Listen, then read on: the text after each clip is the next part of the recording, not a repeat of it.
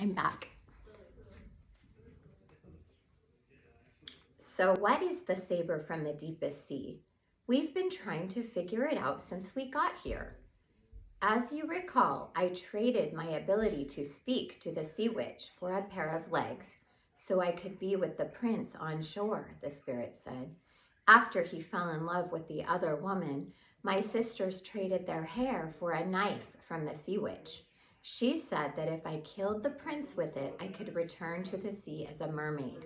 But ultimately, I couldn't go through with it, and I became what I am today. The knife, Alex said eagerly. The saber from the deepest sea is the knife the sea witch gave you. Of course. I was expecting it to be much bigger. Yes, the spirit said. Hold up, Connor said. You went through all that trouble for a guy? Were there not any available mermen? Perhaps that is the lesson of my story, the spirit said. And where is the knife now? Alex asked. I gave it to a man not too long ago who needed it for the same reason you do now, the spirit said. I gave it to him on one condition, that he destroy it after he finished with it. Oh no, Connor said, putting his hands on his head and pulling his hair. So it's gone? Alex asked, about to cry. It is gone, but it isn't destroyed, the spirit said. The man failed to fulfill his agreement, fearing that he might need it again someday.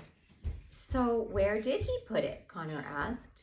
It's in a place where people put things they never want to see again, the spirit said. He flushed it? Connor asked. No. Remember that place the traveling tradesman was telling us about, Alex said? He must have dropped it in the thornbush pit. Oh, great, Connor said sarcastically. Why did he have to drop it into a cursed pit? Why couldn't he have just dropped it in a gopher hole? We're never going to get it, Alex said. If we even get close to that place, the vines and thornbush will drag us to the bottom of the pit forever. Unless you have these, the foam spirit said. She extended both of her hands, and 2 necklaces, each with a golden shell, appeared in them. Wear these while you retrieve the knife from the bottom of the thornbush pit, and the cursed plants will not harm you. Thank you, Alex said. The twins leaned forward to take the shells out of her foamy hands, but the spirit pulled them away.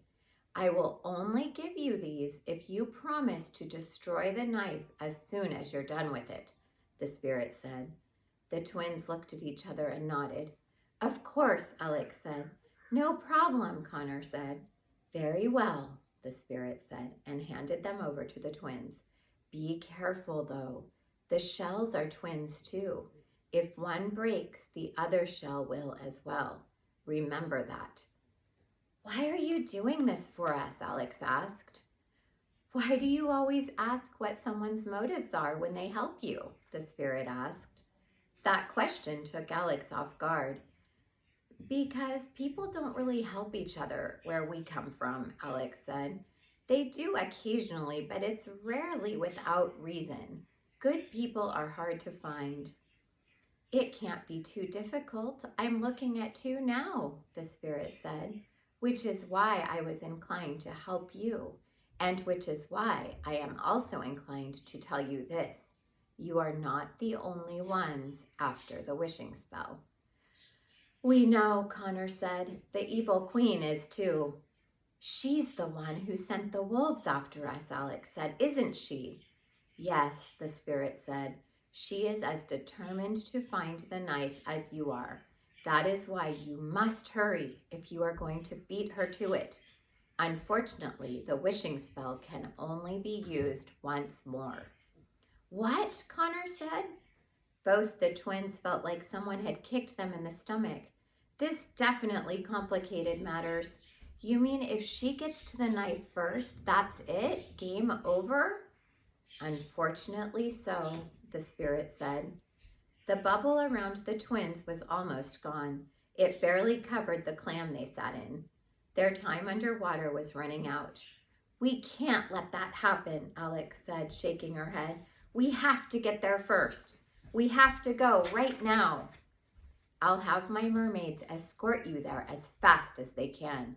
But once you are on land, you must travel the rest of the way on your own, the spirit said. Stay safe, children. The sea foam spirit fizzled out and disappeared. The mermaids swam down to the twins and each grabbed hold of the clamshell Alex and Connor sat in. Together, they moved the twins through the ocean on to their next adventure. And that's the end of chapter 18. And I will be back with chapter 19 very soon. Bye.